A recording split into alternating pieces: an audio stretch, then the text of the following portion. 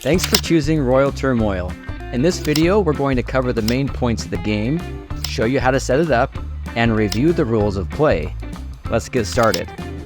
The point of Royal Turmoil is to earn the most points by claiming, stealing, settling, and uniting as many royals as you can. To settle a royal, there must be a matching resource card for every resource symbol displayed on the royal. A wild card can take the place of any of the needed resources. Once all resources are matched, the royal is settled and collected with all of its resource cards and placed in a pile to be tallied at the end of the game. To start the game, shuffle the resource deck and deal each player 6 resource cards face down. Place the remaining resource cards in the middle of the table. Shuffle the royal cards and deal each player 1 royal face up and place the remaining royal cards face down in the middle of the table. Turn over the top royal card from the royal deck and place it next to it. This royal is the first center royal. The kingdom listed at the top of this first center royal card designates the ruling kingdom for the duration of this game.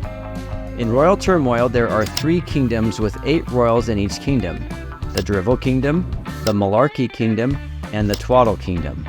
Each of the 8 royals from the ruling kingdom will be worth double their face value at the end of the game. Because Malarkey is listed at the top of the center royal, pick the Malarkey card and place it where it can be seen by all players for the duration of the game. The game setup is now finished and play begins with a player left of the dealer and moves clockwise. Rules of play. Each player can have no more than 3 unsettled royals in their possession at any time. On your turn, you may play 1 to 6 of your cards in any combination of the following 3 ways. 1. Claim the center royal. 2. Settle royals in your possession. 3. Attempt to steal other players' royals. Or, instead of these 3 options, you can trade in and replace resource cards. To clarify, you can do any combination of 1, 2, and 3 as long as you have cards in your hand that allow you to do so. To claim the center royal, you must have at least 2 of the royal's needed resources, which may include wild cards. Lay down and show the 2 applicable resource cards from your hand and place the royal along with the 2 resource cards in front of you. Once the royal's been claimed and placed in your possession, you may play as many additional resource cards on it as you like. Settling royals in your possession. When a royal is in your possession, there is no limit to the resource cards you can play on it, including wild cards. Once a royal is settled, it's collected along with all of its resource cards and placed in a pile to be tallied at the end of the game.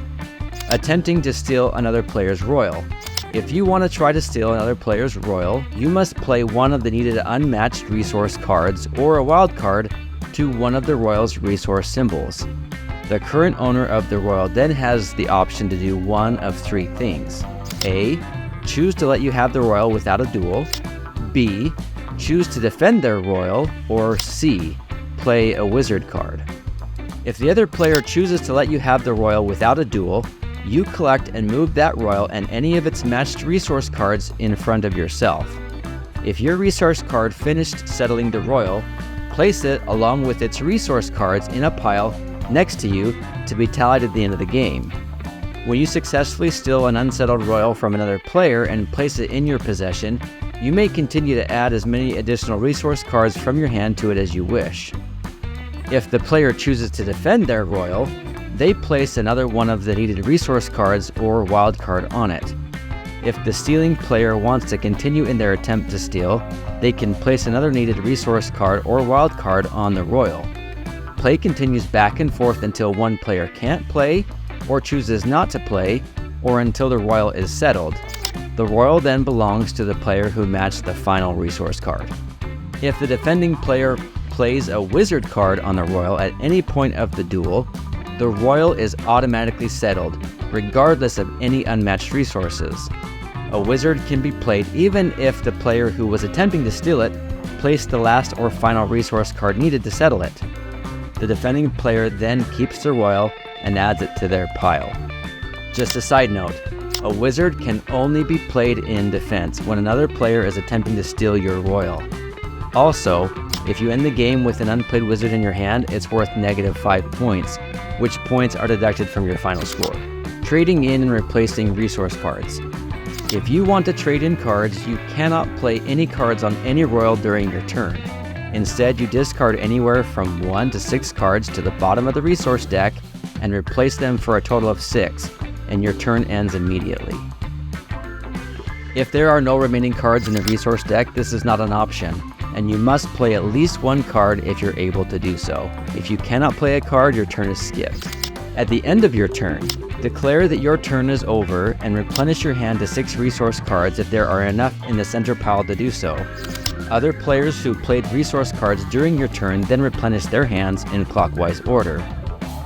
If any player is left without a royal in their possession or the center royal was claimed, new royals are selected from the top of the royal deck and placed in their stead. If there are not enough royals left in the royal deck to fill the existing vacancies, replacing a royal begins with the current player and moves to the other players in clockwise order and then to the center royal position. End of the game. The game ends when one of the following 2 events occurs. 1. All resource cards have been played that can possibly be played, or 2.